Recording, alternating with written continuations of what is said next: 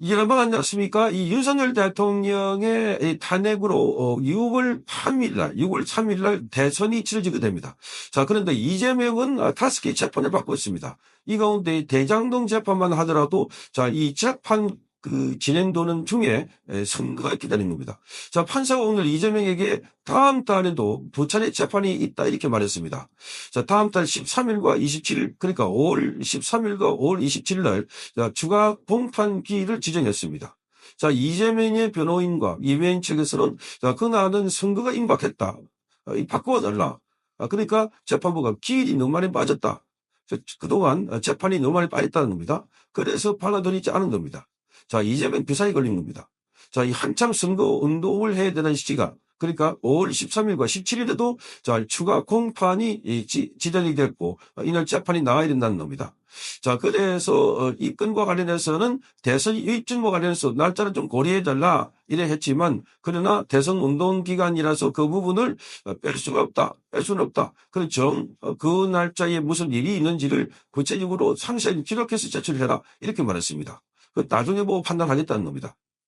자, 서울중앙지법의 형사합의 33부의 이진광 부장판사는 대장동 배임과 서남 FC 뇌물 등등 관련해서 지금 재판을 받고 있는데 여기에 이 공판을 오늘 마치면서 다음 달 13일과 27일 추가 공판기를 지정하겠다 이렇게 말했습니다.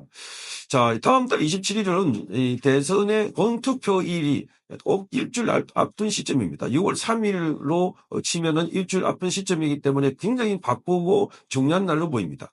그래서 이재명은 대선 본선 선거 운동 기간이나 그 부분은 기일을 좀 빼달라 이렇게 말했습니다. 자, 그런데 검찰은 저희는 기일 지정해서 진행하는 게 좋다. 그러니까 미리 지정하는 게 좋다. 지금처럼 날짜를 지정해달라 이렇게 말했습니다. 그러자 이 이재명 측은 대선이라는 게 단순한 개인이 문제가 아니다. 많은 토론회나 국민들에게 알려야 하는 많은 행사들이 있다라고 하면서 5월 27일 빼달라고 요청했습니다.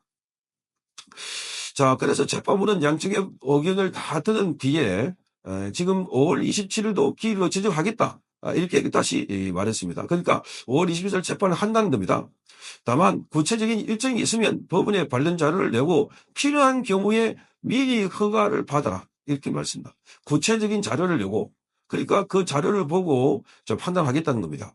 5월 27일 날 뭐 토론회가 있다든지 유세가 있다든지 그러면 이거는 어제도 한 거고 오늘도 한 거니까 나오도 된다. 뭐 이런 식으로 사안을 보고 판단하겠다는 겁니다.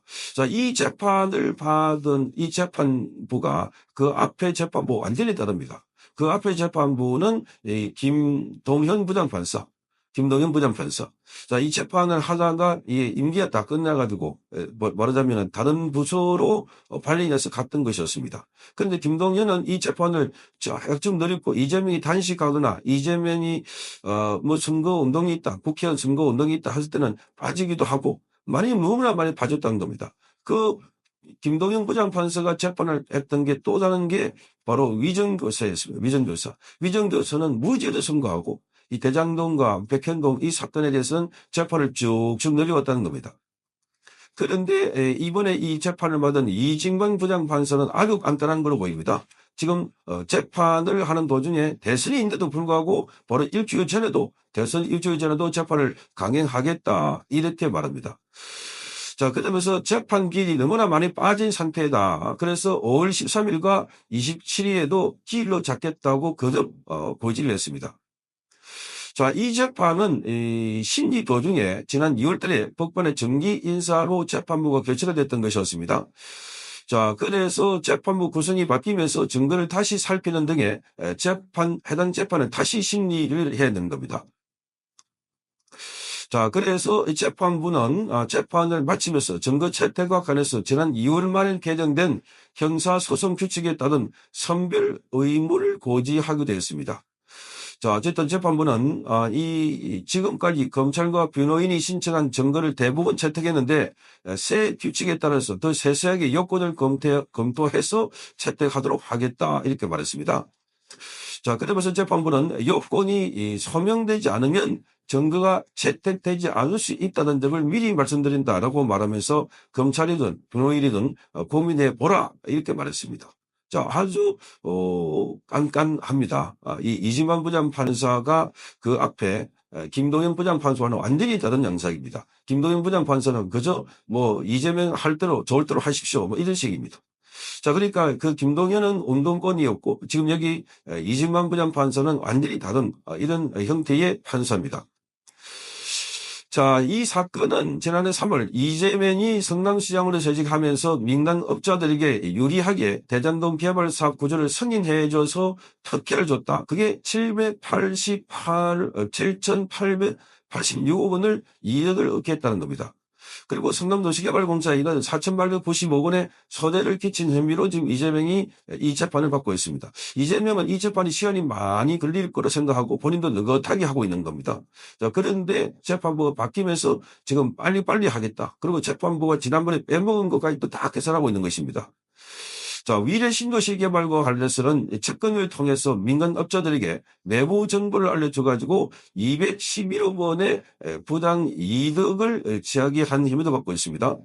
자, 성남FC 사건과 관련해서는 성남FC 구단주가 이재명이었는데 두산건설과 네이버, 차병원, 위례, 푸른 위례 등의 4개 기업의 후원금 133억 원을 받는 대가로 건축 인허가, 토지 용도 변경을 자주시 묻어받고 있습니다. 자, 어쨌든 이재명이 지금 대선 막바지까지도 재판을 받아야 되나. 그래서 이재명은 지금 검찰총으로 압박을 해가지고 윤석열 대통령을 재구속하라, 김건희 여사를 소환하라, 특검을 하라. 자, 이렇게 압박을 하고 있습니다. 그렇게 해서 임박해서 선거 임박한 동안에도 윤석열 대통령이 검찰을 왔다 갔다 할 수 있는 그 그림을 만들려고 하는 건데, 그랬는데, 정작 본인이 지금, 이 선거 운동을 하다가 바로 재판을 받으러 가려는 한 그런 상황입니다. 이 외에도 이재명은 4개 재판이 더 있기 때문에, 자, 그래서 제대로 선거 운동을 할 수 있을까? 근데 이재명은 저 선거 운동 한다고 그냥 무작정 나는 안 나가겠다. 이렇게 할 만한 충분한 인물입니다. 이재명은 이 대장동과 관련해서 본인 말고 저 김만배라든지 남욱 이 사람들이 받고 있는 재판에 지금 핵심 증인이 되어 있습니다. 증인을 출석하라고 통지를 받았지만 5차례에 걸쳐서 무려 나갈 줄 않았습니다. 그래서 판사가 나중에 이재명에 대해서는 이 2차, 3차에 그래서는 과태료를 부과했습니다. 300만 원과 500만 원. 그런데 그럼에도 불구하고 나오지 않으니까 부인 취득을 하겠다 이렇게 했지만 이재명은 또 나가지 않았습니다. 그래서 하는 수 없이 판사가 손을 들었습니다. 이재명을 없이 정인 없이 하겠다. 자, 여기에 지금 사법부입니다. 그래서 이런 상황에서 자, 이승만 부장판사가 얼마나 대차게 나올 수 있을지 자, 이 주목되고 있습니다. 자, 이재명의 이 재판 법대로 할 것 같으면 대선에 나올 수 없는 겁니다. 무슨 재판을 5개 받고 있는 자가 어떻게 선거에 나오고 그리고 이 12가지 혐의를 갖고 있는 자가 어떻게 국민의 대표가 되겠다고 그 대통령이 되겠다고 이렇게 할 수 있겠습니까? 그러니까 이재명이라는 자는 현직 대통령도 체포되고 구속되는데 자, 이 국회의원인데 현직에 지금 대통령 출마하려고 나온 사람이 재판을 안 받는다? 말이 안 된다는 겁니다. 대통령에 대해서는 그렇게 칼같이 적용하면서 그러니 이재명은 재판도 다 받고 그 재판의 결과에 따라서 반드시 사법 처리를 받아야 된다. 그래서 이재명은 지금 부푼 꿈에 있을지 모릅니다. 재판을 받지도 않고 그리고 본인이 대통령 돼버리면 재판 전부 다 무력화시킬 수 있다. 천만의 말씀입니다. 자, 국민들이 다 알고 있습니다. 중도층이 다 돌아섰습니다. 젊은이들도 돌아섰습니다. 그래서 이재명은 반드시 심판받고 감옥에 가야 할 것이다. 자, 그렇게 보낼 수 있는 후보가 꼭 지금 현재의 여건, 여야가 없어졌으니까, 지금 이, 현재 국민의힘 후보에서 반드시 나오기를 기원해 봅니다. 성창경 TV였습니다.